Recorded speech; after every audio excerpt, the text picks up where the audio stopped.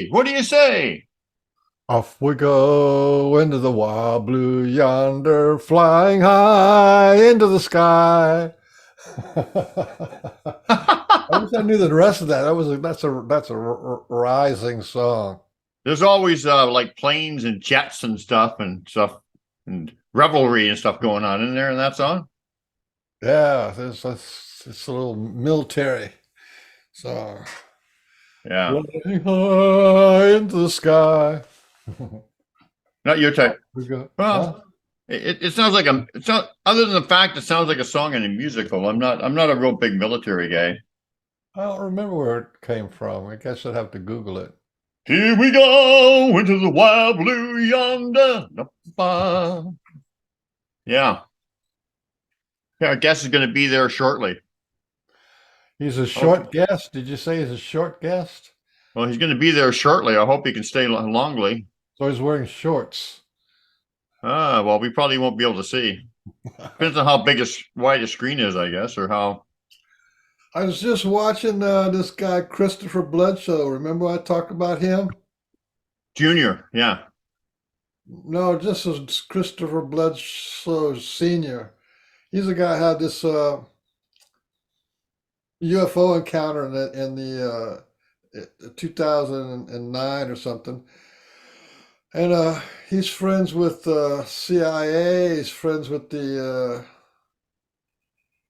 NASA, and he's friends with people in the Pentagon. A real interesting guy. It's all about God and love and stuff. And he's having these experiences just all the time, man. Orbs. His whole thing is these orbs. They're coming in and out of his house and yeah. flying around his house, and I don't he know. miraculous healings. It's just incredible. Would you like to be friends with the CIA? Well, his experience was good. I mean, he's got this God thing going on, so he was given respect and showed extraordinary kindness. And these guys wanted to figure out what was going on too.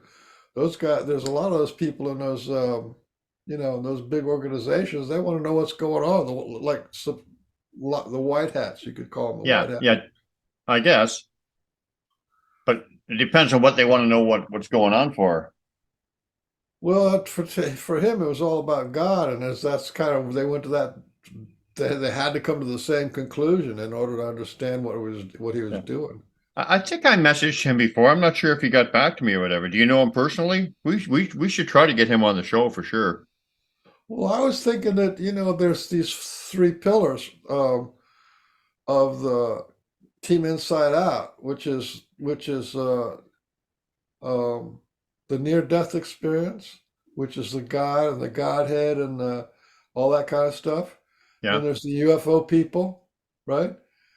They're doing this uplifting thing with people and raising their consciousness, and the Sasquatch people. Those are the three great pillars of what's going on in the media.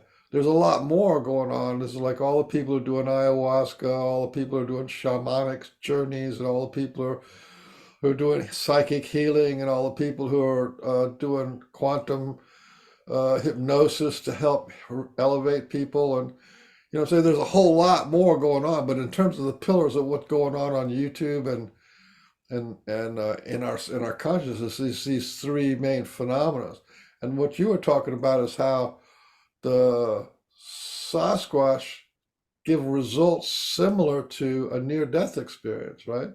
oh yeah, Right? absolutely. You have 12 of those things. So there's Well, enough. I think that no, no. I I was think I able to had see like that there's enough there for us to tie it together.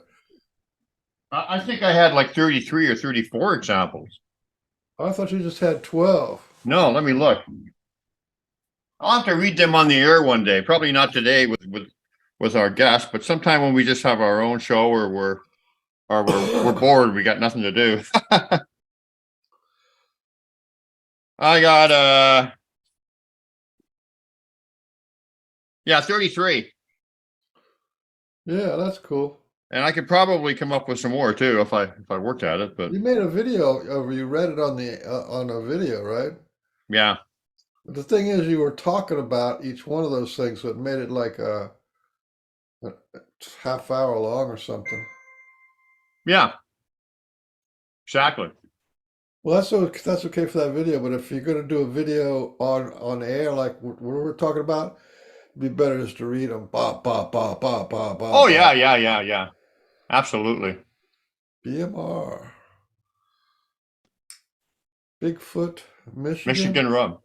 Hi Hey, guys. hey, Bigfoot, Michigan Rob's in the Yeah. house. Hey, how's it going, guys? hey. Hey, you got that Off we staple in there to hold go into that? the wild Yeah, blue yonder, flying yeah, that's right. high into the sky.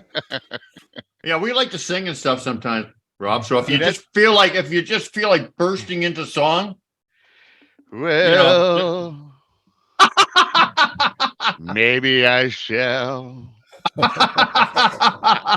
I've seen you guys before. I love what you do. Hey, that was original. I like that. I like the original. Yeah, Yeah, you Yeah, got to be original, spontaneous. right? yeah, Yeah, that's you what I got to do. be Yeah, original. that's what I do. I make up original songs too. You know what? I'll burst out in song, walk around my house, and it just something will pop in my head, and it sounds ridiculous 90% of the time, but what the hell? It's all for fun, right? Yeah, sometimes it sounds really good too. I've written some. I used to be a singer songwriter, and all of my best songs they just like popped into my head, and then I didn't even they just flowed out.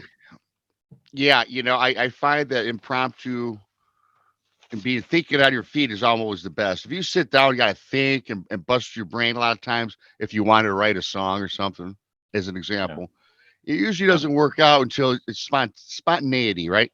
yeah. Well, yeah, yeah, exactly, Rob. I mean, I always think that I always thought, and then this is when I was younger, when I first started writing songs or whatever. And now, with my experience, now I know that that's kind of what was happening. But I always felt like, well, I'm just going someplace and bringing these songs back because they're Yeah, just like they're almost complete. Like a guy will start playing a couple notes on the guitar, and I'll just come up with a whole song, and nothing really changes with it, right? Even the right. lyrics are pretty much the same, so Oh yeah, yep. I like hear you. you're going someplace into the Yeah, that ethernet. downloading songs and downloading books and downloading all these kind of things. That's some of the greatest stuff that's ever happened in history was from that. Oh, thank you very Yeah, much. Oh yeah, no yeah, question. And it's been going. I mean, it goes all the way back to the classical music. These guys, the best music was like these guys Bach and Beethoven. They were just like this stuff would pop in their Oh head, and yeah, yeah, yeah, yeah. they'd write the yeah, whole thing, the whole symphony thing yeah. And without any mistakes and without any rewrites. It's just That's incredible. right. That's right. yeah, That's kind of how I was doing it. Oh, I'm just getting a big energy buzz. I'm one of those energy buzz guys. Rob, I don't know if you okay. watch the show or not, Yeah, I've but watched you guys a few times. Yeah, when I can, I do. I enjoy it. In fact, I seen the last show Robin McCRAY was on, and she and I are friends, and she had called me. She goes, I hope you don't mind. I gave the guys on Pork and Beans. I told them they should contact you. I said, no, that's great. I'd love to go on their show. So I've known her for several years, and she's good people. So and now yeah, and now and now you've dropped her as a friend. I dropped her. Yeah, after today's show, probably. What are you doing to me? Yeah, that's true though about the music thing. Like Paul McCartney wrote "Yesterday" from a Dream or whatever. Yeah, I've heard something like that. I've heard a lot of artists have done that, and you're going back to the Bach and Beethoven. That's such complicated stuff to music, right? I mean, for them it yeah. was easy, but that's really I'm not a composer or anything like that, but to me that's got to be the most technical thing to get down. And they would just do it, as you were mentioned earlier, in just one sitting. You know, I don't know. I And heard. they Yeah. write for all the instruments. It's kind of mind blowing because the instruments are like given the harmonies. Yeah. It's just too Yeah. much. I don't know. hmm I found when I was writing with my friend, like we always had fights because I'm the creative kind of like and spontaneous guy, and he's like technical and he wants everything to be perfect. And I yeah, always found that sometimes the first take was like the raw but real, and you could never really recapture it. So we were always like button heads, him and I. okay, I remember, yeah, our personalities clashed. I remember. By the way, the show hasn't started yet, so that's why we're just yeah, yeah. yeah, I figured you got 10 minutes. Yeah, yeah. We like to bullshit during the show too, so don't worry about that. But no, anyway, yeah, that's but fine. anyway, so we'd be button heads, and I'd be so mad at him. He would go into the house to take a leak or something. Yeah. And I just leave. I wouldn't even tell him.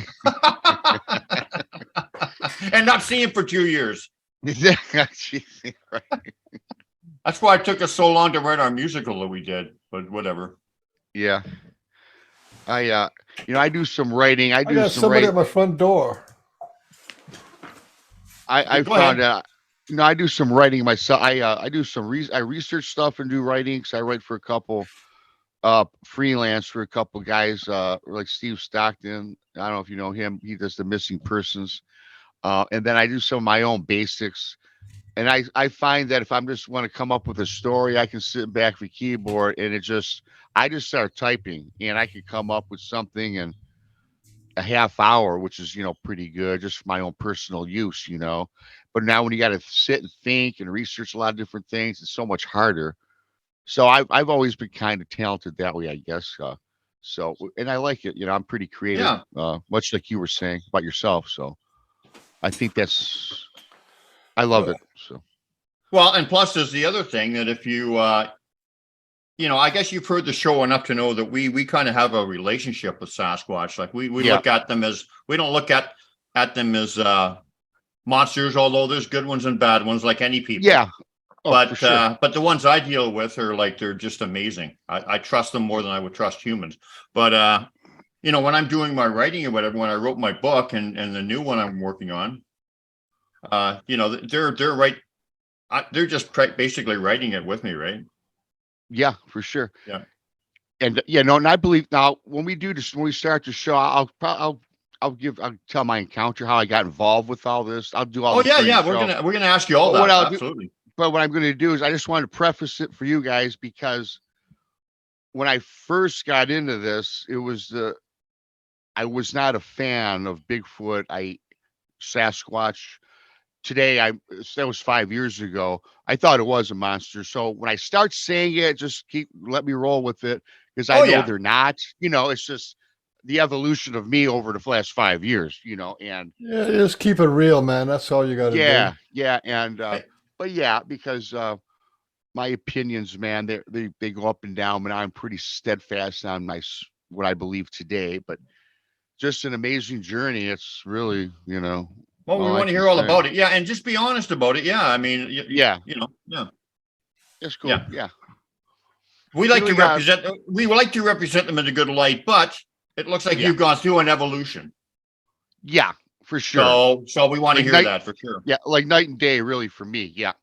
Yeah. So Yeah. yeah, it's been pretty Off we amazing. go into the wild blue yonder, flying high into the sky.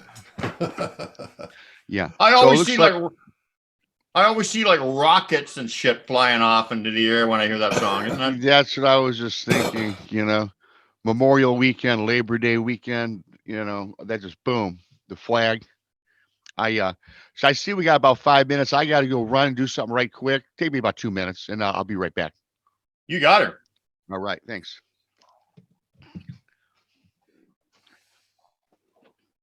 Hey man, he's got a big fancy seat and everything. He's really got a good setup there. He's got a gamer seat. Yeah.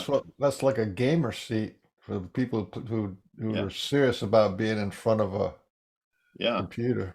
How do you like my background today? It looks like a passion flower.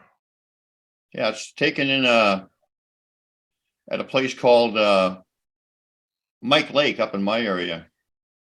Is that really a passion flower or some other kind of flower? I don't know. I don't know anything much about it. It just was a nice floating flower in the water. Yeah, It's some kind of swampy, kind of lakey kind of flower. I Or don't think it's a something. passion flower because I don't think the passion flowers grow on a vine and they're have to be like they can't have a hard freeze. So Oh no, this was coming out of the water. that's pretty cool. It was a nice shot. Is that from your camera? I've had a lot of pretty nice cameras over the years. That's an old one. I still got I got my new fancy dancy one, and I also got this other little tiny one that's a really, really good camera too. That's the one. That's when you took like thousands, tens of thousands of pictures with Oh, that it's one, still right? it's still a great camera. I mean, if I'm just going out for the day or whatever and don't feel like hauling my big thing around, I just take this. Yeah. Did you see the owl video I shot the other day? Yeah, I think I did. I don't know if I saw the video. I just saw some stills that you posted of it. Well, I took a Or video and some stills. maybe it did. I was thinking it turned its head around one time. Yeah. Yeah, no, I took it with this. It's it's 4K and everything too. It's a good little point and shoot. What is that? A Nikon or what? It's a Sony Sony. No baloney. Sony. Sony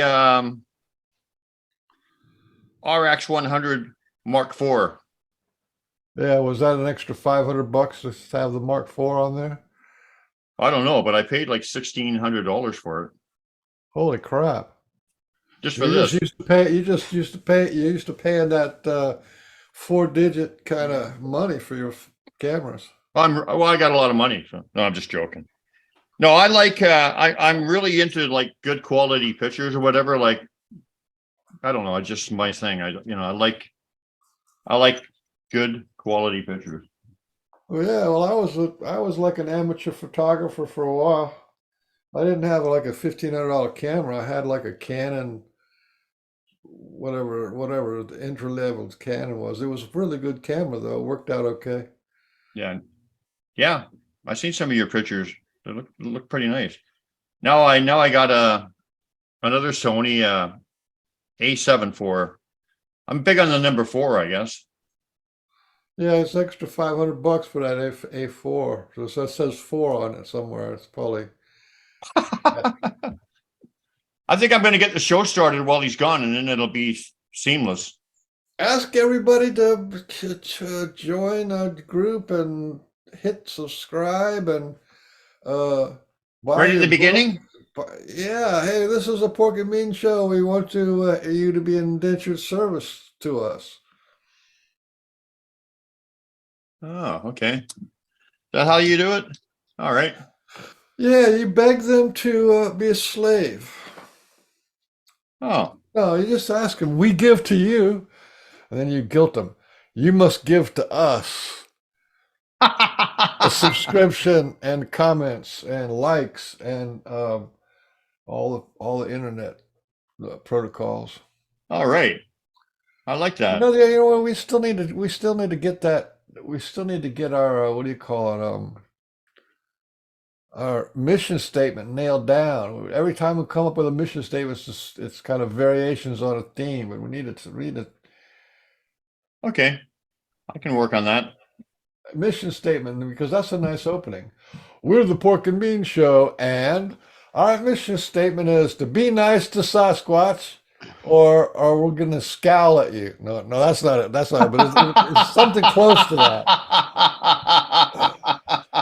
Hey, we are live now, so how about I just introduce the show and then then we can get silly after that. Got it. Sounds good. So don't be alarmed, Rob. I do a little bit of a hammy Just kind go of for intro, it, but Brian. Don't have to self-explanatory. hello, my Yeah, name yeah. is Port Cunningham, and I'm here with my distinguished, honorable co-host, the world's handsomest man, Frank Oliver Baines. And this is the Pork and Bean Show, and welcome aboard, everybody. And we are really, really happy to be joined by BMR, otherwise known as Bigfoot, Michigan, Rob. How you doing, buddy? Hey, I'm doing fantastic, guys. Thanks for it's a privilege to be on today, this afternoon. And everybody who Well, recommended you for the show will no longer be on your friends list. we're one of the lowest. I- We're one of the lowest Yeah. ranking shows, so it's actually underprivileged. Yeah, you know, Underprivileged. I always like to start nice. I'll formulate my opinion at the end of the show, of course. And yeah, there'll be a few people I'm sure on Facebook that I'm going to delete. No. Hey, so Well, I just want. You're secret safe with us because nobody's going to watch. No, I'm just. Yeah. No, we got you know. we got people watching. If you start sharing, you haven't been sharing lately, Beans. Oh, I haven't. I don't think so. Oh, I I did. noticed- I skipped one time. It's because the title was off. But I think there's a lot of other people sharing stuff, so that now all the big groups are saturated with people posting their podcast. People are posting their podcasts, and our podcast gets ranked to a lower Yeah. level. Yeah, So well, I before, notice I do get the but notifications though. It's usually after the fact though, when you guys are done. So I go back and yeah, I've watched quite a few of your shows, so I like it. It's pretty cool. I like you guys. well, thank you, man. But so before we get down to talking to Rob and down to business, I just want to promote the group here, the Pork and Bean Show on Facebook.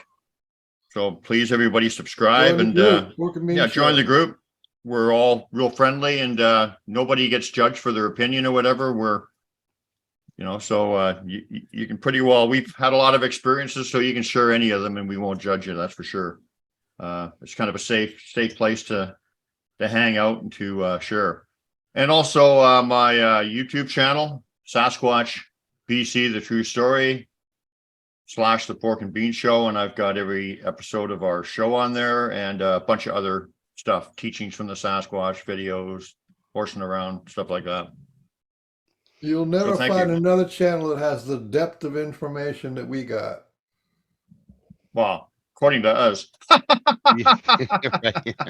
Well, researchers have one set of information, but people who are family and friends with the Sasquatch, they have a whole different layer of understanding about what's going on.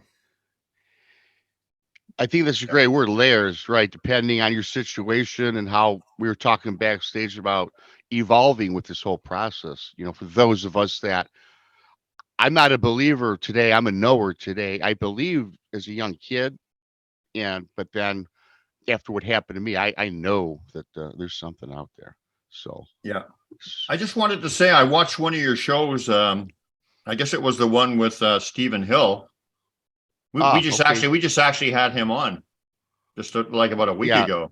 he's a great guy. And yeah, oh yeah, fun guy, really, really, really like upbeat.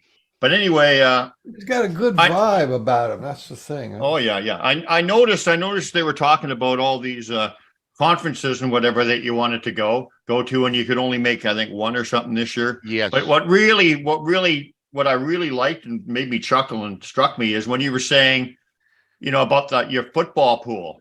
Yeah, right. Yeah, because I'm in Canada and hockey's a religion up here, and I've been in a hockey pool for over 30 years. And it's just like you said, it's like Christmas Day, Yep. the first draft, and it's like old friends getting together. And we've had a couple guys that have passed on that we talked Yep. about. And I was just thinking, man, that sounds exactly like what I do. Oh, Yeah. yeah, that's evolved since, when I've always been a football fan. That's my other passion, right, is the NFL. And, we have the Lions. Now, I do love hockey. Our Red Wings still, I'm waiting on the Stevie Eiserman plan to come to fruition with them because we were Hockey Town for many years. If you're a hockey Oh, fan, yeah, you know about yeah. the Wings. Yeah.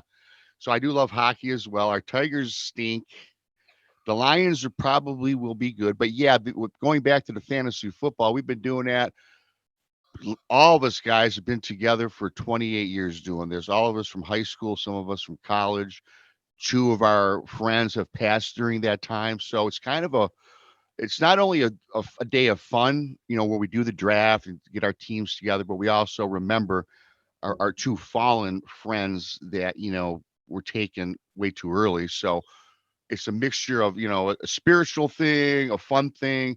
The wives even make a big dinner for everybody for after. We Oh, wow. make a big event out of it. Oh yeah. Oh, that's cool, man. We got to get the Yeah. dinner thing and the after party going. We don't have that yet. Yeah. But Oh, yeah. but our thing is we all go there and cut each other up and how Oh, yeah. guys are when they're together, like joking and stuff Yeah. like that. So Yeah, we make fun of everyone's pick and oh, you should hey, that guy's on the injured reserve, you dummy, make oh up yeah, stuff yeah, like yeah. you're not Same even gonna thing, play yeah. this year, so yeah. Or some guy who's just new takes a guy that should be in the 5th round or 10th round in first pick, like Yeah, oh, that's funny because that you mentioned that. We had a replacement guy maybe 10 years ago, and his name is Paul. And he had replaced one of our guys who couldn't make it. So I don't know if you guys, for people that don't follow football, you're not going to get this, but he had the very first pick in the draft. Take anybody you want. There was a player, he played for the New Orleans Saints. His name was Marcus Colston. He's not even rated. Not even rated. His first pick is Marquise Colston. We all kind of looked dumbfounded at each other, like, what is this guy even doing here now? So we cut him up. And so now it's a tradition, and he's no longer with us. He was in 1 year gone. So now we have the Paul pick. So at the end of the draft, we select the guy that made the crappiest pick, and they get the Paul pick award for the year. You don't want to get stuck with that. Yeah, like we were really hard on this guy. Like we were like, what in the F are you doing? Well, we can swear on the show, so I can say, what the fuck are you doing, man? Yeah. Like, but anyway, so this isn't a sports show, so we got to move on. But I do want to ask you, I know. I do want to ask you. So It'd be hilarious if it was a sport, Yeah. You had these different research guys. Oh yeah, research guys over here in Ohio. They had a near sighting, and and then they had to do a little thing like that. That'd be hilarious. So I'm probably a little bit older than you, probably quite a bit older. Like I'm going to be 69 in October. So I go all the way back to Gordie Howe era, and he was my hero when I was a kid. So who's your all-time favorite wing? Well, I never saw Gordie obviously play. I've heard great stuff about him, but Steve Yzerman, of course, Of course, I knew you were going to say Steve Yzerman. But my second favorite Red Wing was Bob Probert. Oh yeah, have you ever seen his documentary? No, I didn't see that. He's got a documentary on, I think it's on Netflix or one of those platforms, and it's pretty sad actually because he had a lot of problems. He really did. Yep. He was doing like cocaine when he was playing. Yeah, a couple of times, and I do know that because here in Detroit, it would always be the write up. He'd always get busted over the border. I mean, he did get caught with cocaine on him crossing the border, and big legal problems. So now, of course, back in the day, Wings with the money got him out of it. Kind of it's a sad story all along. Yeah, for sure. But what a fighter. Oh yeah, he was. Yeah, he could. Yes, he could throw him. He could, and he could take him too. He could hit square in that jaw and not go down. Now maybe because he was all coked out, that's why he never went down, because he had too much adrenaline going. I don't know. No, he was tough. He used to fight. He used to fight Wendell Clark a lot. My guy from the Leafs. Toronto. Remember Wendell? Toronto. Yeah. Mm-hmm. Yeah. We actually had him toward the end of his career for one of our cup runs. Yeah. You're lucky, man. You had some good years with Detroit. Oh yeah, very good. Some really good years with the Red Wings. Anyway. Yep. We probably lost all our. Yeah, they're like, what the hell were we? What channel is this? Is this Sports Network? Well, we should do a sports show together, man. Yeah, I tell you what. Before I started my YouTube channel, it was going to be a sports channel, and that's just how things turn out. Oh wow. So. Hey, so anyway, another thing I noticed when I was listening to your show is that you do a lot of different shows. You want to tell us a little bit about, like, you do a show every day, don't you? Pretty much. 6 days a week? Yeah, we're on 6 days a week. Now my channel is Bigfoot Michigan Rob. That's on YouTube. And I am on, my personal shows are Tuesday night at 9 in the East called Beyond BMR, which was what Stephen Hill was on, where we talk about everything: Dogman, Bigfoot, the paranormal, hauntings, that time travel. So we encompass everything on that show. Then my other show is Thursday afternoon at 1 in the East. It's called Brunch with Bigfoot Michigan Rob, and that's strictly pretty much Bigfoot and some cryptids. And then Mondays, my other buddy Texas Front Porch, we're affiliated with him. He's on Mondays, and then I'm on Tuesdays. Jason McLean does Jason McLean Questions Everything, which is kind of a random show on Wednesdays. Thursday, you got me again. Then we also have the Blondes and the Booze, who are on Thursday and Friday nights, and they're paranormal gals. They do a great job, and they're also dabbling now into into the cryptid side, and they're catching on pretty well. So we're excited to have them. So yeah, there's like 4 or 5 personalities. And then Tex just unveiled a Saturday afternoon recorded show with Danielle Diva, called Infamous Minds, which is for people that are interested in true crime. They drop that. So yeah, we're on every day but Sunday. That's kind of cool. The true crime one. Yeah, when we first started this 5, 6 years ago, Tex was before I was. We said, you know what, we're having a good time. We enjoy what we're doing, and so it kind of evolved into an everyday thing. But we also decided not to just talk cryptids, because you'll find with me that it all comes full circle. I think it's all related: UFOs, aliens, cryptids, the paranormal. To me, there's a connection between all these things. So Oh, we're yeah. trying to evolve our show to capture all these things, Yeah. Well, because because it makes sense. Makes more sense today to me today than it did 5 years ago. yeah. We'll get into why you think that connection is, because I agree with you. But we'll get into your the beginning of your story and whatever first. Sure. But by the way, is Yeah. that Blondes and Booze? Is that like BOOZE? Yeah, it's so funny. It's the BOOS. Yeah, it's either. I know, I'm Blondes. joking, but I know Blondes you and are Booze joking. There's 2 ways you can go with that. Booze is one of them, and boobs is the other one, right? So but they're fun. They're really cool. I'm glad they're a member of our team, and so yeah, we have a fun time with it. We have a lot of cool people in chat and a lot of great subscribers. So thanks to everybody for that. You see that, Mr. Beans? Rob's got a team. He's got a whole network of stuff. We're just a couple chumps. He's excited, man. He's excited. It's got that energy. He's got that. Oh Go get him. Let's show here I am, world. yeah, Wait, you should take the Pork and Bean Show into your network. I'm just joking, but well, you guys will just go be like a Hindenburg, like. Yeah, well, I do have to say, correct me if I'm wrong, this show is usually Thursdays, right? Because that's when I do my show on Thursday at 1 in East. So you guys were cool enough to back it up a day. Aren't you normally Thursday, or are you guys sporadic? It's random. Sometimes Saturday, sometimes Friday. Okay. We got people working, people not working, so we actually have it. We've had it every day of the week. It really we try to accommodate the guests. Okay. And whatever works for them. But yeah, we have had a lot of Thursday shows. Seems to be our most common day, but yeah. Brian, I think we have a geriatric, what do they call it? Geriatric old people show? Maybe we have an old people show. That's what it is. We don't have that young vim and vigor. Yeah. Actually, the truth is, we were talking earlier about our mission statement, and one of our mission statements is that we like to lean towards people who are friends with or have friendly encounters or family with the Sasquatch people, because there's like I said, the quality of information is different and it's sort of like more exclusive. And there's very few people who are friends with the Sasquatch people who are willing to come out and just tell their story. You know what I mean? Yeah. So we have a small slice of the pie.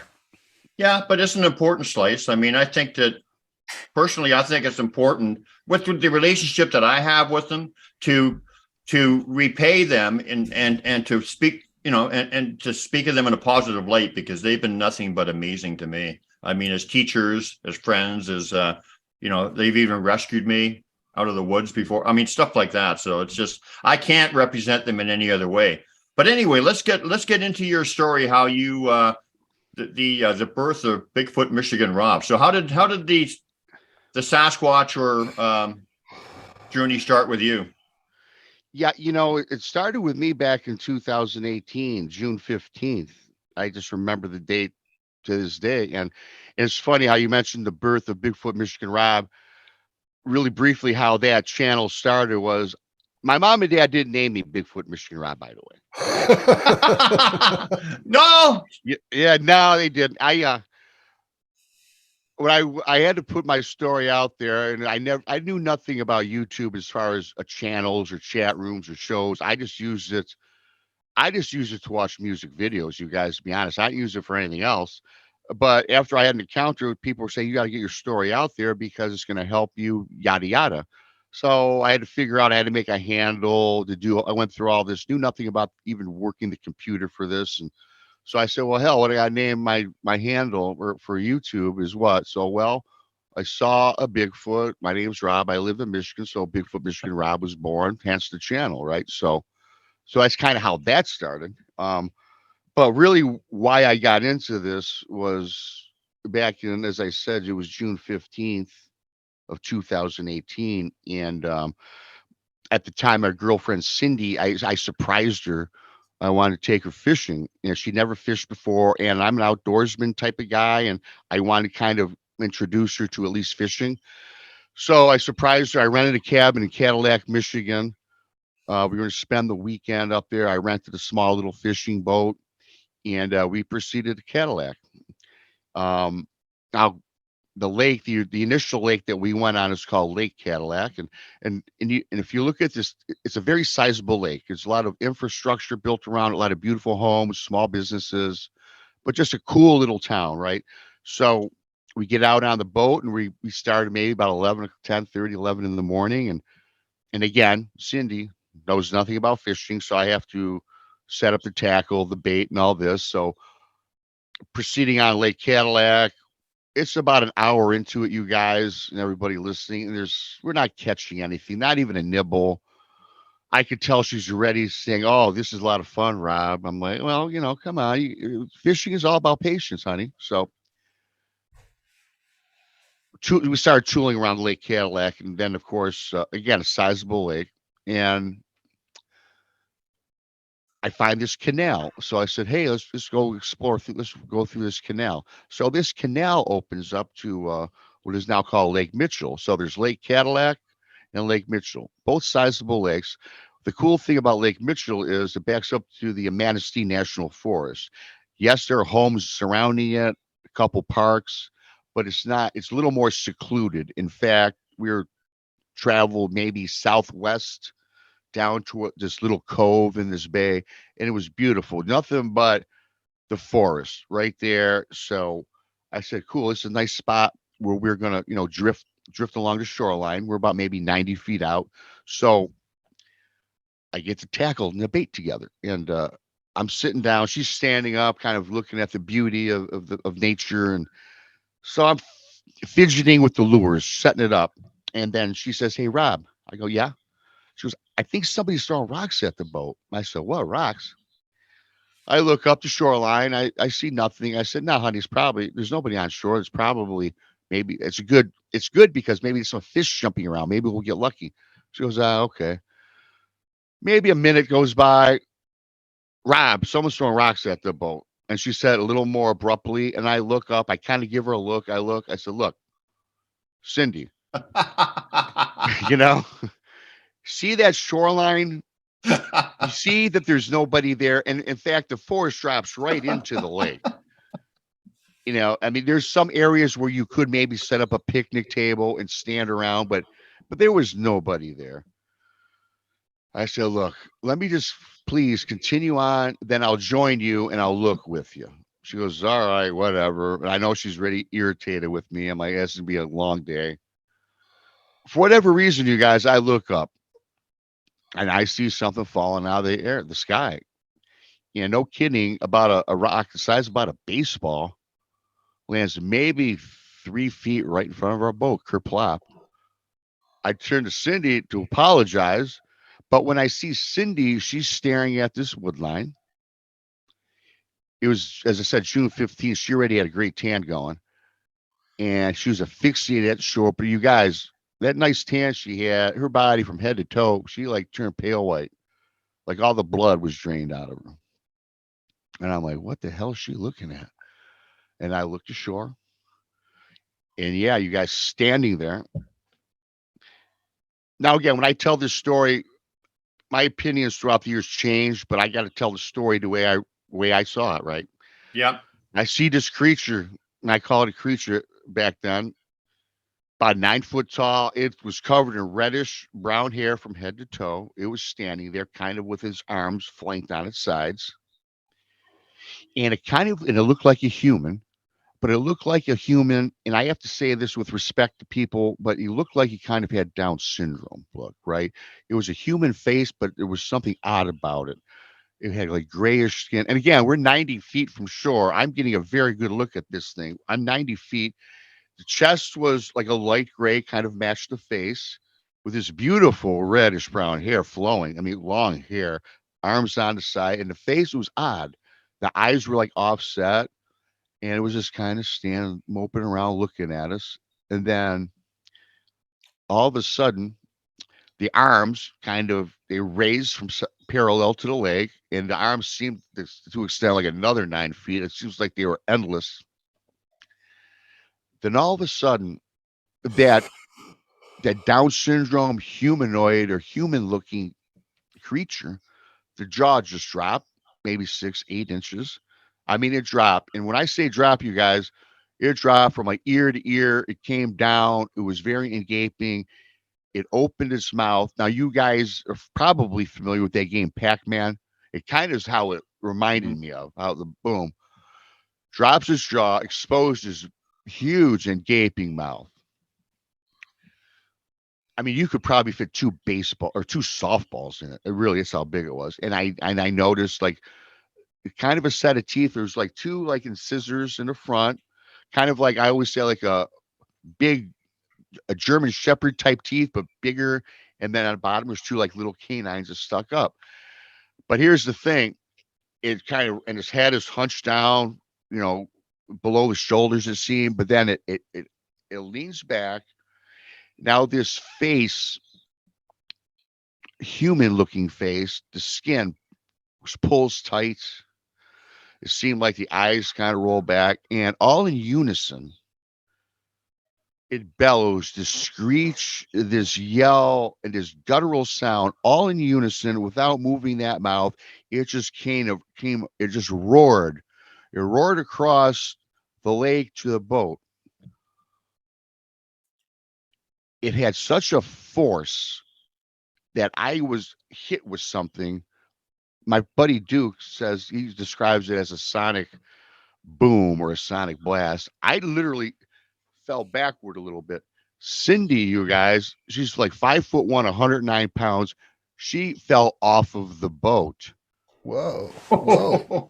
Now, what I have to say about this story, though, when its face contorted, it totally metamorphosized into what I call a demon. It looked demonic. It looked like something like a kabuki mask down in the jungles of Africa that they will wear.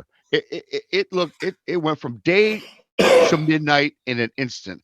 Did not look like that Down syndrome human. It looked like a monster. It looked demonic. It's terrible, frightening. And then this booming yell. She flips off the boat, you guys. I know that I have to go to my right to get her. I can't move. I'm paralyzed. And now, the beautiful green forest, the blues of the sky, the emerald green water that I seen initially, I'm looking now. It seems like I'm looking through a filter. Everything, the colors dulled. I don't want to say like almost black and white, but the vivid picturesque scenery and this reddish brown, even the hair on this Sasquatch lightened. And I'm looking through a filter. It seems like I'm in a different time zone. It's like time is standing still.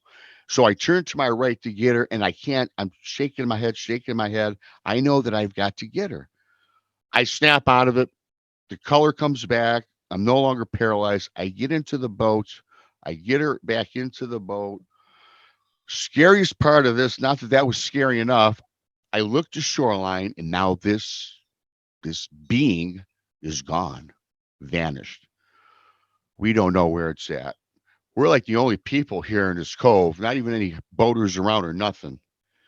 So I just whipped around the skiff, I call it. It was really how small this boat was. I mean, it was like 6 inches out of the water, which is it was my bad for getting such a small thing. I guess I was being cheap that day. I don't know. But we motor boom across Lake Mitchell through the canal to Lake Cadillac, get get to the area, dock the boat. She's shivering. I put a blanket on her or covering, whatever it was back then. Get her out. We're looking at each other, and I immediately start looking for a restaurant or a bar because we got to go sit down. Walk a block or two up the road, found this nice little corner bar. Nobody was in there, maybe one or two people. We get inside, we sit down, find a booth in the corner of this bar. Barmaid comes up to us. We're just standing across from each other in the table. Cindy, not a drinker, never seen her drink a drop of alcohol in her lifetime. Waitress, what you guys haven't. Cindy says, I'll have a shot of Jack Daniels and a bottle of Bud Light. I look at the barmaid. I say, I'll have the same. I say, I'll have the same, but make mine a double, you know? So Cindy takes that shot, you guys. She throws it down like a champ, like she's been doing it for 30 years. Boom, washes it down. I do the same. Now we're looking at each other across the table. She says, Rob, what do you think that was? I said, honey, I have an idea, but I'm not for certain. Now she says, and you guys, we never discussed Bigfoot or monsters or anything dating, right? This is the first time we ever came up on the subject at all. She goes, I think maybe it was that Bigfoot creature. I go, you know what? I think maybe it was, but I'm not for certain because I knew about Bigfoot as a kid. I seen Patterson Gimlin film. I watched the first In Search of with Leonard Nimoy, you know, so I said, you know, what we saw initially kind of did, but whatever that was when it yelled and we got hit with that blast, I don't know what that was. So needless to say, the weekend was kind of ruined. We drove home, and immediately, as soon as we get home, we start immersing ourselves right in the subject. We're now going online trying to find pictures. We're trying to. I finally found YouTube had people that talked about the subject, watching, listening to videos. Nothing really was, you know, doing it for me. I said, yeah, I don't know about all this. I have no idea. It's not making any sense to me. So we continue on with this for a couple months. Now, as I said, this encounter was 2018, June 15th. So on the date of August 18th of 2018, 2 months and 3 days later, Cindy passed away. And that just blew my mind. You know, 2 months after having this encounter, she's gone. Her mom called me and said, hey, Rob, I got, you know, Cindy gone. I go, what do you mean gone? Yeah, well, passed away last night. So yeah, it's like, wow. Apparently he had a heart attack, and you know, and I'm thinking there's just no way in hell. Healthy woman, as I explained earlier, you guys, not a drinker, not a smoker. So now I'm thinking in my head that this creature, when we got hit with that blast, she fell off the boat, I'm thinking her little body, I'm thinking that affected her. Now her mom, I tried to talk to her mom about the autopsy, didn't just told me heart attack. I don't believe it. I'm just thinking that something happened to her insides where they got shaken up, man, or something. I don't know. I'm not a doctor, of course, but now I start having all these thoughts. So now I'm really mad. I want to go back to this place, and I literally, you guys, want to go through that forest and look for this thing and kill it. That was my initial thought process. I lost it. In fact, I got so bad that I owned a bar, and I went to my manager. I said, look, bro, here are the keys to the place. I'm taking this time. I'm taking time off. Just don't rip me off. Take the money, put it in the bank. I got to trust you on this, and I'll be back when I'm back. I didn't go back for 6 months. I was suffering from PTSD. I had terrible nightmares. I was just thinking, how in the world could this happen? Why did it happen? I had all these questions, questioning her death for one, questioning what I even saw, didn't know what I saw. So I was starting my career when it comes to Mr. Sasquatch wasn't positive, right? And I had nowhere to go, you guys. I was so alone. I didn't want to tell the story to anybody in fear of ridicule, being judged, you're making this up, blah, blah, blah. So I was in a dark place, had dark thoughts. I was messed up until I finally found some people that I could trust, kind of talked me through. Rob, you're not crazy. You did see something. Suggested that I talk about it, maybe go on someone's show. And they introduced me to a lot of folks that had my back and told me, look, there was something going on there, buddy. And I'm like, well, so I appreciate those folks. They know who they are. And so it was time to tell my story. And the very first time I went on Sasquatch Chronicles. Wes Germer told my story, had a sense of relief. I've told this story for the last 5 years. It never changes. It's always the same. I always get a little emotional about it because, I lost a loved one. And so that started my journey. And the reason that I do Bigfoot Mission Rob is because I had nowhere to go. And I know people do the same things we do, but my heart is, if anybody experiences these things, I want them all to know they have a safe place to go, because I had nowhere to go and I was lost, you guys. And I take encounter stories from people that I read on the air, and I tell people, just like was spoken to me eventually, that no, you're not nuts. You saw something. What did you see, you guys? I don't know. To this day, guys, I'm not even sure what I seen. Um, then I've talked to Robin McCRAY. We can get into that a little later because I have a funny story regarding Robin on one of my shows. But Sure. it was just, I had to do something.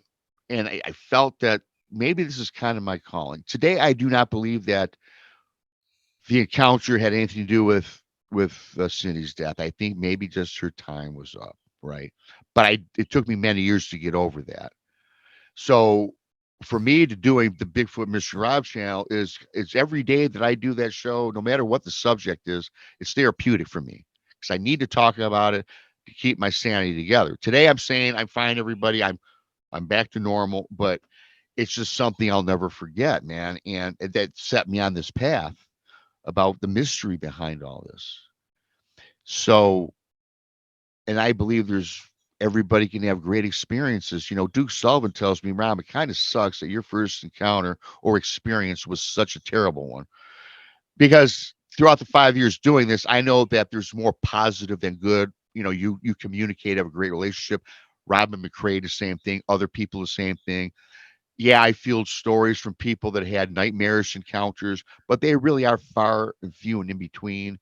I was just one of the unlucky ones, and that's taken me on this journey to where I am today because of all this. Well, unlucky in a sense, but look where you are now. Yeah, absolutely. No, yeah, no, I agree 1,000%. It seemed at the time unlucky, but today I love what I'm doing today, you guys. I'm happy today. I like spreading the word and helping other people. And that's my number one thing, you guys. Sure, I like to have a big channel, grow, talk to people, but my number one goal is, look, you're not gonna be made fun of, you're not gonna be ridiculed, you're not gonna be judged. Tell your story, whether it's on air, in private, in anonymity, whatever. Yeah. My email is open on the channel. You can send me things. We can talk. I talk to people on the phone. I mean, I do this kind of like every day. I'm always talking with somebody each and every day about something in regards to, and now not just cryptids because we've evolved into other avenues, but yeah, for me, it's very rewarding today. Yeah. Bittersweet, I guess, is how you I'd would say say. I'd say that there's, I've heard a lot of stories. There's no way that you could spin that around to something kind and uplifting or anything. This was a great shock and then followed by a great tragedy. And that's one hell of a way to get started on this thing. And yet somehow you're such a fighter that you just kept with it, kept looking and kept talking. And hats off to you for that perseverance through that time of pain. And that's kind of miraculous in a way. That's the Well, Yeah. story for you sure. know, I do appreciate the words because my friends and family thought I was really going crazy, and it's not because of my encounters, just that how I could just walk away from my business and let some. And the guy that ran it for me was not a stranger. We were in business together for quite some time. I said, "Look, you guys, I can't walk into that place. I gotta." Trying to process what happened in the very onset, it was something, let alone seeing something that big, your mind doesn't process it that. And then how I was paralyzed for a minute, couldn't move. My vision was off. Then she dies 2 months later. It's like, and then I couldn't, and people in the beginning, I couldn't find anybody I could trust. And I was reluctant to tell my story anyway, in fear of that, right? And then finally, Duke Sullivan, one of the guys, finally, he's a guy that I can trust. He's related with or associated with Robin, and I got through it. And every day, I look back on that, and it's something I'll certainly never forget. So Yeah. yeah, but yeah, you're right though. I thought I was not going to ever go back to work. There was a point in my life where I got dark and deep and didn't care about anything. Did not. I freely say that. I'm glad I I'm glad I turned the corner. I did persevere and I got through it. And today I do what I do today. You know. You No still one, have the no, bar. You still have the bar going. I actually, on the funny, this is not funny, but I sold it pre-COVID in 2020. I sold it, and 3 months later, full blown COVID, boom. The guy I sold it to, unfortunately, he went out of business, much like 3,000 other restaurants and bars in the state of Michigan during that time What a period. crime against humanity that was, kicking the balls for the business for the small businessmen. Oh man, that's another subject. We could have another show on that. That It's closes down well, if we get going. yeah. you know, But Yeah, we it's already like got, we already had a show. We already had a show taken off crime YouTube because against we were getting into humanity. that. But, I think we all know what we think of that nonsense. we all yes, absolutely. Anyway, you know what? I'm kind of funny, and nobody listening is going to understand this. Maybe one person out of 100, but I'm going to call you the Bob Probert of the cryptid world because you're a fighter, man. Yeah. Well, I appreciate that. That's high praise. Oh yeah, he was the best. He was the best. Yeah. Anyway, what was I going to say? Um, Geez, the The, hockey the talk other got thing me is all the other thing is traumatized. you coming from that place, and then you end up talking to some of the most informed people in the world, which is the Duke and Robin McCRAY and a few others. Yeah, It These does. people It are does. on these people are on the ball, and if you could have yeah, talked to hundreds of others, and you would have got Monster, yeah, and that's all you would have got. yeah. Well, the beginning was, trust me, it was a long process. I had to weed out people that I just thought were just not, not, not up and up, right? And I just got that feeling. I've always been good at judging people. I can go into a mobile gas station and I can meet a person, and in under 30 seconds, I have this ability to I can tell what their intentions are. I can tell if they're a good or bad person. Yeah. It's a funny story, really briefly. I met this kid about 8 years old in my neighborhood. And at 8 years old, there was something about him that I didn't like. He creeped me out. And I told all my friends, don't hang out with Johnny. Right. So throughout high school, again, I went to high school with this kid. He flunked out of school. He was bad news. So he falls off the place of the he falls off the planet. I don't know where I went to college. I came back. Little Johnny, who I thought he was evil, to be honest, was in prison. I found out from my mom told me because the guy, he goes, Rob, your instincts on that kid was right. He murdered his grandmother. Wow. That I find out later. So I've always been able to sift through the BS, people that are nefarious. And when I hit Duke, I knew I finally hit the sweet spot with him. And we've been friends for Yeah. the last 5 years. You know what? We have a lot of I don't know how you feel about, I want to get into more of your encounters and your progression, but just on that point, the Sasquatch have a lot of abilities that are latent in us. And when you have a relationship with them and they're teaching or whatever, sometimes they open those abilities up. It sounds to me like, and one of those abilities is to look at somebody or to read an individual right away and know what they're all about. And they do that through energy and stuff. Yep. So it sounds like you have a little bit of that. Obviously. It's funny. You're not the first person that told me that, and I was also told by a couple other really reputable people that usually when you have one, it does open to your third eye, right? I mean, you're more. I've always been an open guy, but that you're more aware of things. I was always aware of things prior to the encounter. In fact, looking back throughout my life, I always blew off a lot of things that I was seeing, right? Especially as a little kid, where you would have dreams about ghosts or monsters, Mm-hmm. and you always run to your mom and dad's bedroom crying. And you know what the parents do? You were dreaming. It's make believe.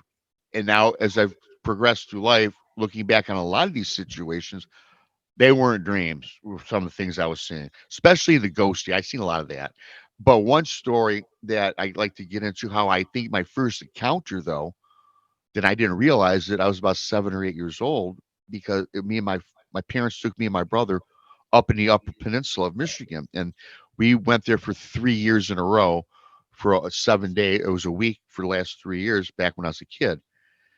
And me and my brother's bedroom, there was always the moon was always in the moon would always be in this big bay window in the bedroom. I guess that's what it was. It was very big. So at night it served like as our night light, except for when the clouds would cover it. So we always would stay up late night talking. And one night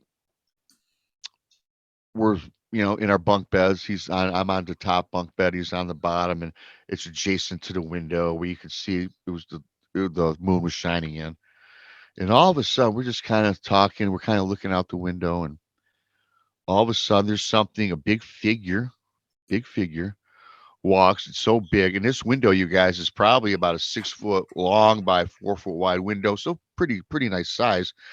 Something walks past the moon, and you could see a shape of something, and it blackened the room. It blackened, took the moon right out, and the entire bedroom turned dark. Of course, and then it walked. It went, and it faded right past it. So me and my brother were thinking, we ran out, said, "Dad, what are you doing? You trying to play jokes on us?" Walking in front of, waking up. My dad's sleeping. He goes, "What are you guys talking about?" So that would go on every night, right around the same time. This shadowy figure would go right past. And not only did it happen that one first year we went, but successive years for the next 2 or 3 years, that would always seem to happen. Now, again, as a kid, I'm not thinking that this is a Sasquatch or anything like that.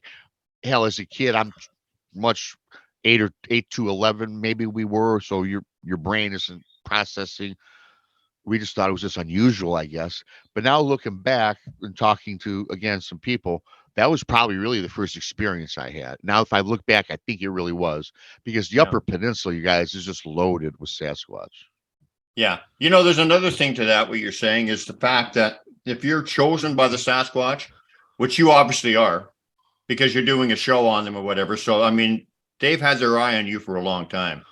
And a lot of people, when they get their eyes open to this or whatever, they look back and they realize, wait a minute, they had their eyes on me well before they introduced themselves. So I that sounds believe like that. what was happening with you. Yeah, I believe that. And again, I've been told that there's this friend of mine, Bob, Bigfoot Bob in Germany. Is another friend of Duke. Bigfoot Bob, and Bigfoot Rob. Yeah, I think he's in Las Vegas now, but yeah, he's a good friend of Duke's too. And he subscribes to the theory that I was marked. Now, when you say marked, you're like, oh my God, marked like what? But in a positive way. Of But course. but yeah, I believe that. I believe that to this day. And I think this is kind of my calling now. This is like the third. When I graduated college, I worked for Ford for about 20 years, saved up my money, bought my bar. Then that was my job for 13. I had that for 13 years. Then I sold it in 2020. And then, and I started my channel probably a year after. It was always up, but I didn't start fully vesting my energy in it until probably after selling the bar, like 2020. So I've been with, Tex and myself for about 4 years doing this. And yeah, but like I say, it's like you said, it's probably as a calling. It's probably something I was set out to do. Yeah. So Knowing you, because I think I kind of know you already, because you got such a beautiful energy. I bet you that, like sometimes we seem to be taken care of when we're connected. Like, the bad stuff seems to avoid us somehow, like we're being guided or whatever. But I bet you that when you sold the bar just in the nick of time, but I also bet you that you felt bad for that guy who bought it, like really bad. oh man, it was horrible. Yeah, it was terrible. And even backing up one step, I felt so bad for my employees because a lot of my employees were there for 10. I was there 13 years, and I had two senior people about 10 years. One was the manager, by the way, that took care of me or took care of the money and didn't rip me off.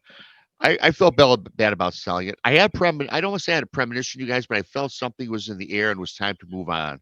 And maybe I had a premonition. Yeah. Maybe I've Yeah. got that instinct. Guided. But I am a heartfelt person. I paid everybody a year's salary that worked for me after I sold, so they get a job. And then the big downfall in the economy spiked, and these people, that all they knew was the bar business. So they had a tough time for well over a year, 2 years to get a job. So Yeah. yeah, so a shame. So, where did you want to go? Did you want to go what happened next? So what happened next in your adventure? You know, really in my adventure, that's the only when I was a kid, that big shadow, and then seeing the having the encounter is that's the only time I've actually now had an experience like that. You know, I've been in the woods several times. Like Michigan's full of the woods. Never really seen anything. My brother now asked me about something, so I've been to his hunting property. My brother told me, guys, my back, and now he's actually knows what to look for too in the woods. He's looks for prints now, and when he's hunting, he's a 20-year hunter, and it's a story where he says, Rob, I think there's a Bigfoot in my hunting area. I'm like, really? So I gotta go investigate this. But but he calls me on the phone. He goes, yeah, Rob, I lined up a deer. I took aim, I shot it. I know he hit it, and then he tracks this deer. For how far he tracked it, I don't know, several hundred yards perhaps. Excuse me. So comes up to this robust tree, big tree, wide base, and the trail stopped there. The track stopped there. He looks at the base of the tree, and then he sees that's where the deer fell. He can just tell, been doing this over 20 years. He can see the impression of a deer, and it was blood, all around. So now he's hands on his waist. He's looking around. There's no other hunters around. Now he's looking for human tracks. He's looking for maybe someone came in on a four-wheeler, which he says, nope, he would have heard it. He didn't hear any humans around, no hunters around, looking around, but he can't figure out now though where this deer went because even in the wood line around, there was no paths, there was nothing but these huge trees. So he decides to look up, looks from the base of the tree, and he sees a blood trail now is tracking up the tree. Goes up, he says about 10, 12 feet, then it stops. And I said, okay. Then he says he even looked up further to see if maybe the carcass of the deer was up there. Nothing. Now you guys got to keep in mind where my brother hunts, there's no mountain lions or nothing. I've heard that perhaps mountain lions will drag something up a tree, right? And they'll store their kill there for a while and come back later. Well, we don't have no such animal here in this part of Michigan where he was hunting. And he goes, hey, Rob. So he's looking, he can't find nothing. Now he starts looking for Bigfoot tracks and stuff. Now, I was looking for human tracks. Maybe I'm looking for the wrong thing, but he again finds nothing. So he asked me, what do you think that was? Do you think that was Sasquatch or a Bigfoot? They carried it up and kind of swung out of there. Now, the tree limbs could not support a 1,200-pound animal or human or friendly forest giant, whatever you want to call it, Sasquatch. So I said, I don't know. So that was my first inkling that there's something else other than flesh and blood going on too, because it just disappeared. And you hear a lot of these stories from First Nations about similar incidents. So my personal relationship or encounters with Bigfoot really ends with his story. I seen it with Cindy, and my endeavors are out trying to find what I can find. And to be honest with you, not a lot of other evidence, but I always feel that there's something always around me whenever I go out, right? There's something, it's just a different feeling from before. Now, Robin McCRAY, I was doing a show. Robin never knew, this one prior to us becoming friends, she never knew about my encounter story, right? I had her on and we're talking and whatever the subject, I'm sure the subject was Sasquatch. So we're during the middle of my show. And it's funny, if you ever go back in the archives, you can see my expression. I literally fall out of my chair when Robin says to me, "Hey, Rob, Delano says hi." Now, this is coming from Robin McCRAY. I go, "Who the hell is Delano?" She goes, "Well, that's the Sasquatch that you and Cindy encountered back in 2018. Did she not even know the name Cindy? No. Wow. I mean, now listen, my story was out prior. I'm sure anybody can find my story and derive information from that, but I never physically told her. But here's the thing though. She goes, "Yeah," he says, "I meant you no harm." He goes, and then she says, he was not responsible for Cindy's passing. You guys were in an area where there was youngsters in the area and they wanted to scare you, not harm you, but tell you to get out because a family was in the area. They just wanted to make sure that we didn't stumble across anything. So she's telling me this. But now, what really baked my noodle was anybody can hear my story. It's out there. I've said it 500 times. I'm sure Robin says she didn't hear it. I believe her. But what I do believe in this communication is because Robin told me something about the red barn. I got to tell you guys something. I've never, ever, ever mentioned, even in today's story, right? I've never mentioned the red barn. And she picked it out and she could vividly see it.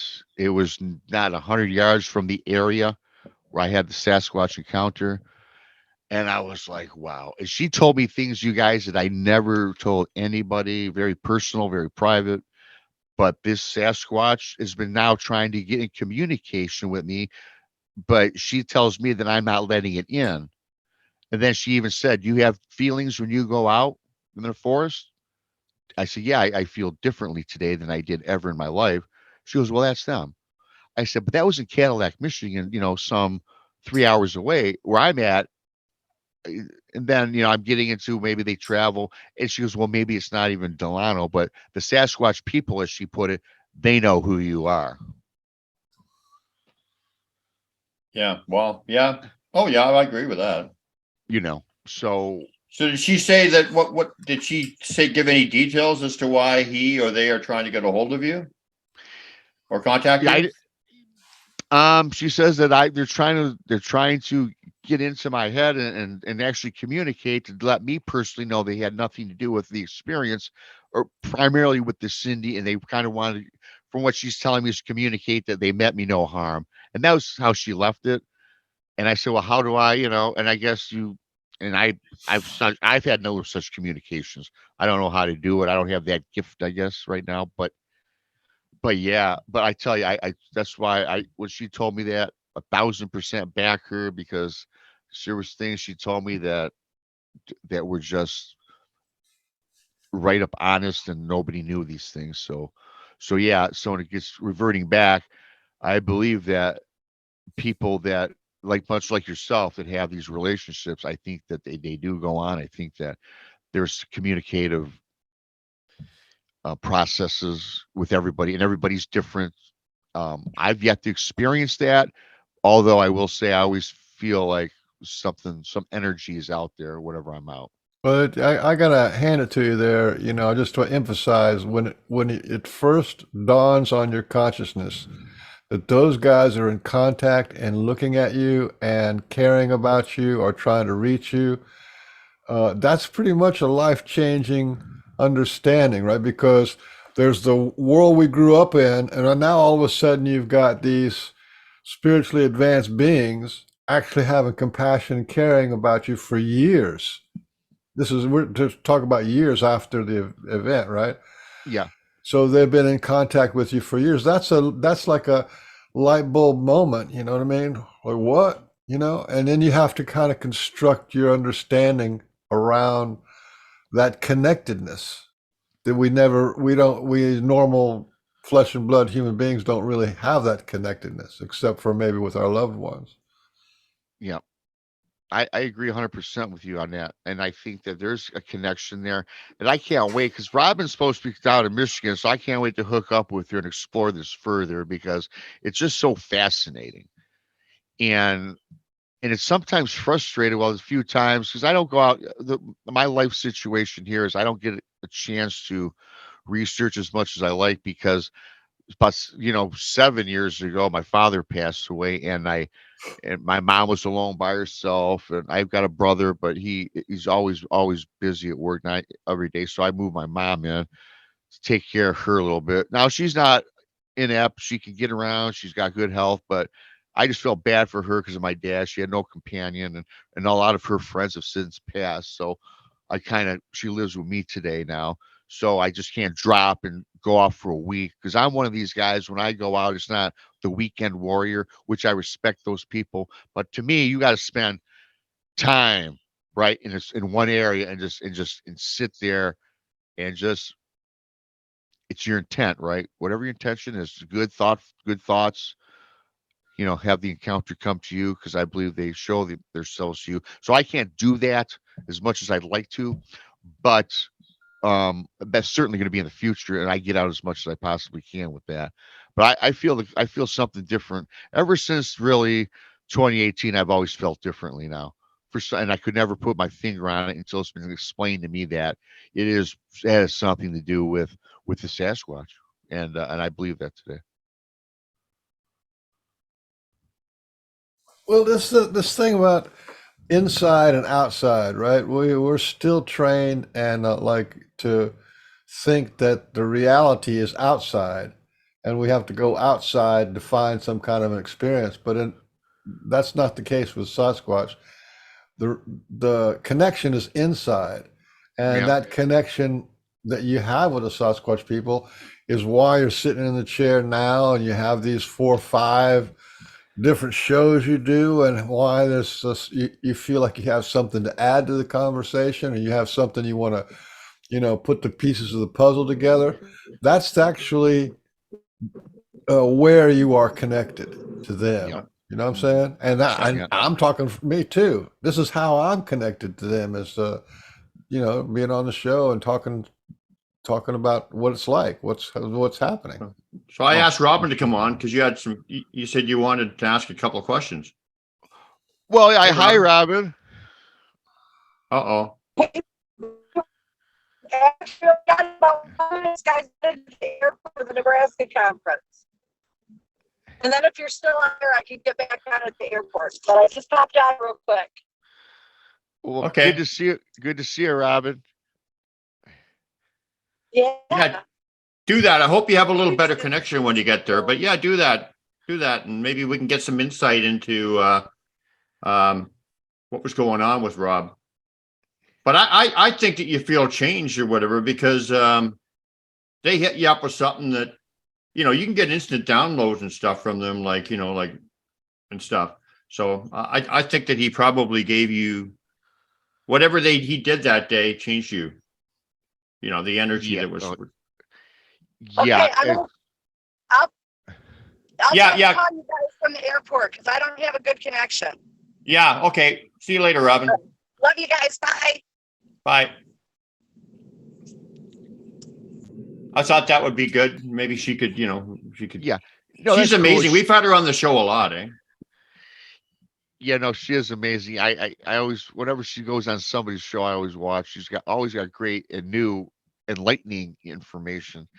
And like I said, she was making mention that she was going to be down in Michigan. Whether she's moving back here or not, I'm uncertain. But yeah, she, good person to lean on. You know, it certainly helped me with a lot of my questions. And I Yeah. always have questions. Always. I mean, every day I got questions. The thing I like about Robin is that she is so generous with her time and just so down to earth and so kind and whatever, you know, like she's always got the time of day for me and for probably anybody, you know, like.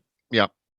Oh, for sure. Yeah, I talk to her probably not as often as I should. I talk to so many people, but yeah, at least every couple of weeks we just chit chat for a little bit. I run something by her and such, and I just got to get back with her and see if she's had any other communications with my friends out there.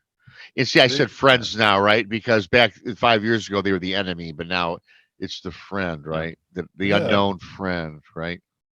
But I think that you were changed right from that experience, obviously, just from the energy that what was the guy? What was his name? The Sasquatch's name? Delano. Delano sent you. Yeah. But you know, you're doing good work for the Sasquatch people or whatever now. So that's another reason why they're contacting you, because they always seem to be listening in and in contact with the people who are doing work for them. I find that the times I feel them the most are when I'm on the show talking about them, or when I'm writing my book, or when I'm talking to people about them, or I'm guided to go and talk to people because they want these people to maybe plant a seed that maybe they'll consider, you know, something and do change their life in some way. So it's they're always involved and close to the people that are doing good work, which is what you're doing. So I can totally understand that. You know, that would be how it is. Yeah, I have some news. Do you guys want to hear a little news on the cryptid reality? Yeah. You know, Dr. Melba Ketchum has been doing a second study, right? Have you heard of that? She's working with the dog man. I haven't heard that, but I know her. Yeah, she's working with the dog man, and there's been a big push to get she gets a lot of samples from the dog man. She doesn't have the full thing done, but what she does have is the mitochondrial DNA done. And this is, to me, this is a huge, huge deal. This is a gigantic deal because the dog man's mitochondrial DNA that it gets from the mother is human. It's a human, just like the Sasquatch mitochondrial DNA is human mother, and our DNA is human mother. So that's, to me, that's a whole nother chapters opening up there, because now we have to look at, as the dogman is a human hybrid, or we may be human hybrids. We don't really know who was first and who's second. But I just heard about that today. And so if Robin comes back on, we can ask her about some of that information. Yeah, you gotta be able to get the home plate before you be a hybrid. That's the sports thing, right? Well, you know, bringing up the Dr. Melba, she Duke did a 3-part. She's she's back in circulation a little bit because Duke interviewed her. He just dropped a video last Sunday. They were speaking, and he's got 2 more coming out. And for those of you that are follow Spaced Out Radio, Dave Scott, another buddy of mine, she was on his show last night for 3 hours. So anybody that wants to see a really cool show, yeah, that's Spaced Out Radio. That was her. Yeah, that was her. Yeah, she was on last night. Yeah, so that's a good watch for those that are into the subject, because and again, Duke Sullivan, World Bigfoot Radio, has premiered her on last Sunday. So she's making some rounds. It's been a long time since she's been publicly speaking. So yeah. Well, that guy Steve Isdall from How to Hunt, he's put out prompts, a whole bunch of prompts, and to ask people to raise money for her, and she made her, because of him and a bunch of other people, she made her dollar amount to be able to finish the processing fee for this. Yeah. Dave Scott's from, well, so was Steve Isdall from BC, where I'm from. But Yep. Dave Scott is as well, right? Yep. Mhm. Yep. Yeah. Yeah. Yeah, but to me that was just fantastic. Puts a whole nother thing, you know. So how did you say that your understanding of Sasquatch has evolved over the years. So how has it evolved from listening to other people's experiences, or do you want to get into some of that and maybe share some of those experiences without names if you want? Yeah, you know, it's just, yeah, I mean, for me, okay, here's the thing with it. If you go back to 2018, again, you know, I'm green. I mean, 2018, yeah, okay, I believed in Bigfoot because of that was just always me as a person growing up. I believed in, you know, I was brought up on the monster movies anyway from my dad, going back from Bela Lugosi with the Dracula and then the Wolfman, Lon Chaney. So I always was cool with that and always liked that. But you know, when I seen the Leonard Nimoy In Search of It was, and then I saw Patterson Gimlin film, so I right away would try. When I was in grade school, I tried to find a book on Bigfoot in the library. Well, yeah, that's not happening. But so I was very interested at a young age, and I was always I'm the kid or the guy that's like, hey, you know what? I know that there's more than us have to be out there. I'm the same guy that believes that aliens exist, right? I believe in all that stuff, and so why wouldn't Bigfoot not exist? So I was a believer. Then I became a knower, and so, but unfortunately, again, not to reiterate my story, I just thought that man, these are just creatures, and to this day, I even still have my doubts, even with Robin. I'm like, man, I just can't believe this. So for me to, and again, that was my last encounter that I had. But I tell you what, you guys, because of doing the show and talking to all these people, I on the Brunch with Bigfoot, Mr. Rap Show, I've interviewed 125 researchers. Ron Moorhead's been on, MK Davis, the well knowns, down to people just like myself, not well known, right? And we talk about their research. And I've also gotten emails from people that want to be anonymous and they tell me their stories. So when it comes down to, and I take, so when it comes down to it, a lot of these stories about Sasquatch have so many similarities, you know, and so many traits that majority of them are the good stories, right? If I get 10 encounters sent to me, or if I interview 10 people, there's maybe one that maybe is kind of not so good or a little creepy or scary. But even so, you guys, when I reflect back on my 2018 encounter, that Sasquatch person wasn't there, I don't think, to do me harm. I think that it was wanting me to get out of his area to protect his kids. Yeah. You know, when you hear these stories about rocks being thrown at your tent when you're camping, or you hear, you know, the large breaks of sticks or the whoops, they're not doing that to scare you. They're probably just making you aware that they're there, and they kind of maybe want you to leave. And I think they get aggressive only if kids are around, but I think their aggression is just that to intimidate you. So maybe you move on, because I don't think they feel comfortable with us as humans around their kids, even though they could easily defend their family. I just think they like to be really left alone. And I think they can pick up on what your intent is as well, right? Yeah. You know, if you're going into the forest with the intent, oh, I'm going to find this, I don't, well, you know, with these negative thoughts, you know, again, it goes back to energy, like you guys were talking about. Because I'm big into that now. I believe that we manifest positive energy, positive results come, and I think that they can pick that up on you, right? So, Yeah. so yeah, so yeah, so they can be intimidated, right? Sure. I don't think that. Sorry, I don't think that they always. Sometimes they just want to let you know they're there, and they don't want you to go. It's not always to chase you away. Sometimes it's just, you know, to put that thought into your head, and then that consideration sometimes leads to some kind of connection or some kind of something that that changes those people's lives like it did you, right?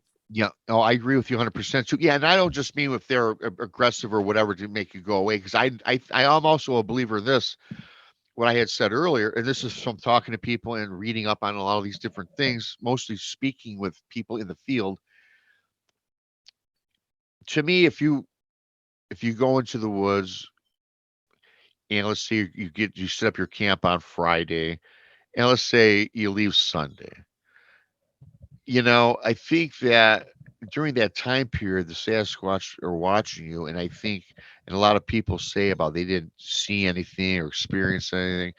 For me personally, I think they're warming up to a lot of people because you'll find a lot of people that only spent a couple days in the woods aren't coming up with anything, but those people that are spending more time in the woods a week at a time, or let's say you're a researcher and you keep going back to the same area over and over and over again. Well, then they're getting to know you, right? And you might be apt to maybe see that big shadow or find a print or hear a whoop or something, right? I think it's all about a person's intention and spending the time. Yeah. I think right away they know if you're one with Mother Nature anyway, because I think they can pick up on that immediately. Oh yeah. But I think some people they tend to open up to. I've talked to researchers that have been doing this for 20 years, not had any single visuals of these things because a lot of guys that are and a lot of these older, I have to say, researchers are so staunch with no vision. They have blinders on and don't believe other than what they believe. So hell no, Sasquatch not going to show themselves to you because you're an idiot, So Well, there's a lot to that in my opinion. For one thing, people like respect, right? Yeah. Some of these old guys and these well-known guys or whatever, and I'm not painting anyone with no, the same brush. They don't No. respect them. They don't respect them, so they're not. It's like anybody. If I come up to you and say, "Hey, I'm Brian. Nice to meet you," chances are we're going to be friends and we're going to have a good conversation and we'll get to know each other. But if I'm just barreling in there and like without any respect or courtesy or whatever, they're not going to be interested in that. no, I agree 100%, 100%. The other thing is, and I'm not by any chance saying or by any means saying there's not bad experiences, but you mentioned, maybe 1 out of 10 is a negative experience, but I bet you a good percentage of those negative experiences are just due to interpretation too. Yeah. Because, and I've said this a lot on the show, I've had all kinds of rocks come out on the path in front of me. That to me, that's just a hello, we're here, and cool, my friends are here. Other people will interpret that as like they're trying to kill me, and so it's how you interpret the experience. There could be two identical experiences. One person will look at it as a really positive, magical thing. The other person will look at it like, oh my God, I got to get out of here with my life, right? No, I think I agree with that 100%. And I also think that the average person walking, if you stumble across something that's like 8, 9 feet tall, 4 feet wide, right, covered in hair, and just standing there, even a Bigfoot crossing the road, right? You get so many of those reports. It's so common. Just your mind, you can't process something that big, especially if you're pretty close. I mean, I can imagine it because I've had it happen, but the average Joe or Sally that sees something of that immense stature, right? It's certainly, I think you might be afraid in the beginning, right? I think it's just human nature because our brain cannot process it that fast. This is not supposed to be there. And that's what the average American thinks, right? That they're not there, except for a unique group of people. And so, yeah, I mean, just that initially has got you, whoa, maybe a little scared or terrified. So, Right. So let's delve deeper into some of the experiences or some of the people or some of the things you've heard that changed your mind about them, to the positive side or mostly positive. yeah, again, like I say, when I come on a show I was always down in the mouth and like, yeah, man, I can't believe this.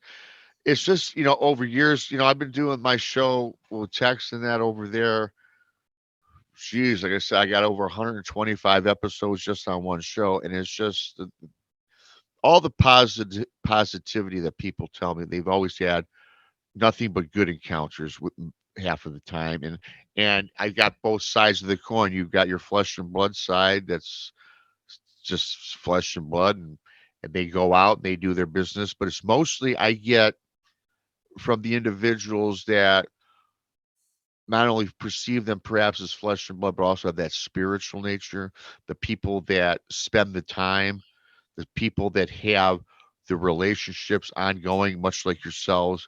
When I hear their stories, it's more of, you know what, they want to be left alone, but they're not your enemy. I get a lot of the what I read into a lot of people, it's just like, hey, you do your thing, I'll do our thing.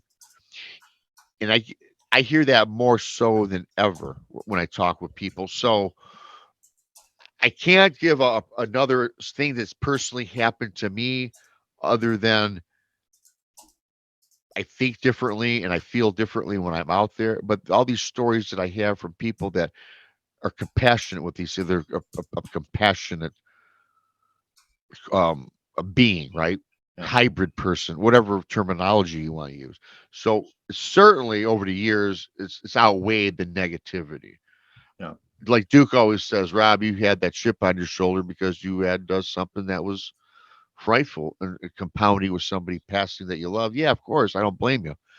But it's talking to the educated people that have the communications on a daily basis or weekly, monthly, whatever. These are the people that I'm attracted to because I can hear and get the insight that I don't think they're a monster, bottom line. And I think it's just simply because of the interactions that are out there in the world today. Now, if you want to talk about other things that are out there, that might be a different story. I get way more dogman stories that are not good compared to Bigfoot. So, But I just want to make the point on this, and then I wanted to maybe get into some of the better stories you've heard.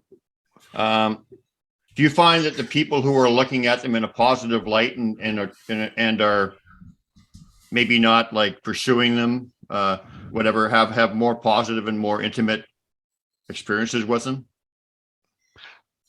absolutely. I think people with the positive experience, positive energy, to me, I'm a firm believer now, positive energy Yeah. produces positive results. And there's not a person that I've talked to that has been a positive person has had something good happen to them. I've heard people that I can tell right away if I'm talking to them or interviewing them and they're negative. They're negative Nelly. Yeah, well, yeah, I was out there looking for Sasquatch, this and that, and this is what happened because I could tell the vibe as soon as 15 minutes into 15 seconds into the conversation. I know this guy's not going to have a very positive outlook, and then but we'll say, but then I never seen anything, and I'm like thinking to myself, I didn't say this to a certain person. I'm like, well, it's because you go in with ill intentions or negative thoughts, so you're not going to Right. see nothing. So it kind of, you're kind of answering your own question. But the people that are positive, full of energy, I've heard nothing but positive results for the most part. Yeah, and I don't want to speak ill of the dead, and I don't really like mentioning names because that's kind of like judgment or whatever. But just as an example, I'll use this as an example. You probably heard of Rennie Del Hinden, right? Have you heard of him? That name? He's probably come up in some of your. Yeah, I've heard the name. Yeah. Well, he was one of the original pioneers of the Sasquatch world. He was like in on the Patterson film, looking into that. He actually owned the Canadian copyrights to that film, and he was like big into Sasquatch. He dedicated his whole life to it. But he was a really negative guy in the sense that, oh, those damn things, those, and whatever. Yeah. And he was always, he didn't have a positive attitude about them at all. And he was not, he didn't have any of the stuff that they find enduring, that they want to connect with people. So he was going out into the woods for like 30, 40 years. I don't even think he found a single footprint himself. He never had an experience. And I met him just before he died, and he said to this, just before he died, he said, I don't even know if they're real. And God bless the guy and whatever. But the reason why that is because they didn't want nothing to do with him. you know, Right. Yeah, For- absolutely. you know, I They didn't agree. want Ken. nothing to do with I this feel guy. sorry for people like that. I mean, you could imagine spending 40 years with and getting nothing except maybe some a picture of a footprint or something. You know, that's you know, Yep. So, it's you know, sad that, actually. Now that's why I think so many quote unquote researchers are all cranky and you know they all got snide remarks about other people's evidence. well, and They've that's been why they out there can't. for 40 years and I never saw anything. Well, that's why Oh, that's why people get the comments like, well, if anybody says they saw Sasquatch more than once, they're full of shit and whatever. Well, that's because there's a couple things going on. There's the ego of these guys thinking that they're the expert, and the fact that they're not getting any of this stuff because the Sasquatch aren't giving them any of this stuff. So they just, you know, they attack people with real experiences. But anyway, yep. Oh yeah. Hey, can you give me a second? I gotta let the doggy out really quick. So I gotta Yeah, scared yeah, the shit out of absolutely, her. man, absolutely.